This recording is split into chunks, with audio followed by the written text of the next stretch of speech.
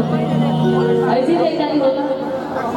हमने के जब भी बहुत सौभाग्य होला भाग होला जब लगन चरचराला तो साथ बिया होला होला ना तो कितना लोग बंदा पड़ल आए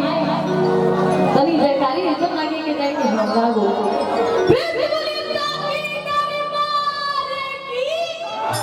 क्या बात एक जन की ये ठंडा के मौसम में शादी हो गई है 6 महीना पकाना होता दोनों करा के होतरी और हम शाम के सुहानी जी और पूजा जी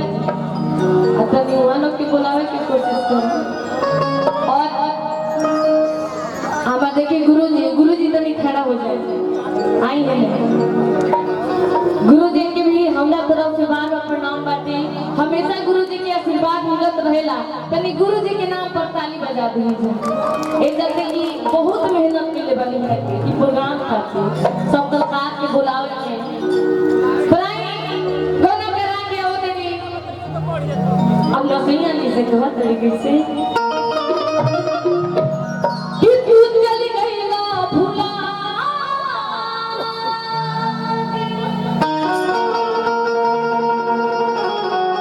कि हमरा आँखी के झिलना झिला कि हम तोहर यात्रा में सुख के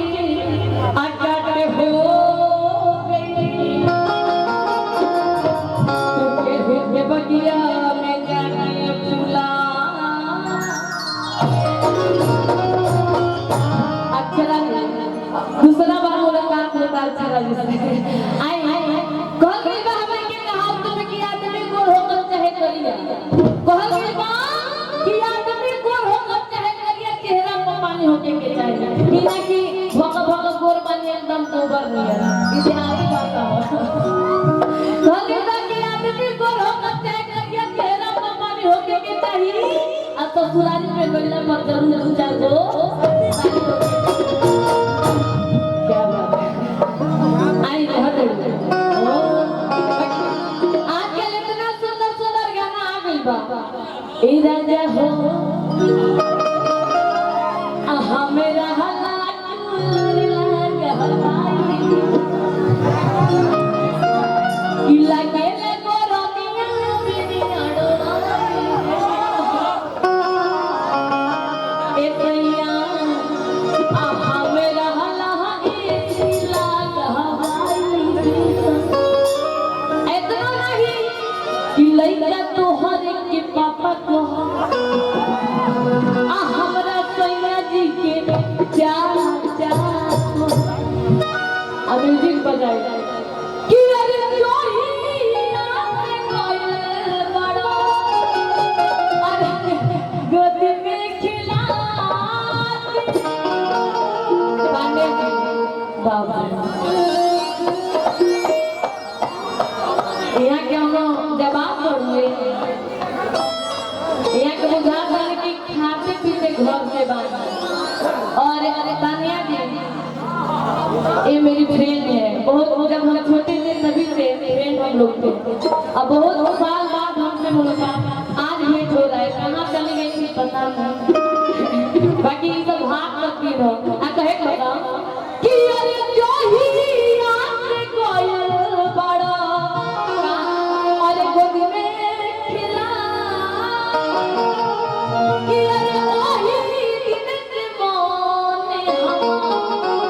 हम खिसिया अलग तो हर के पापा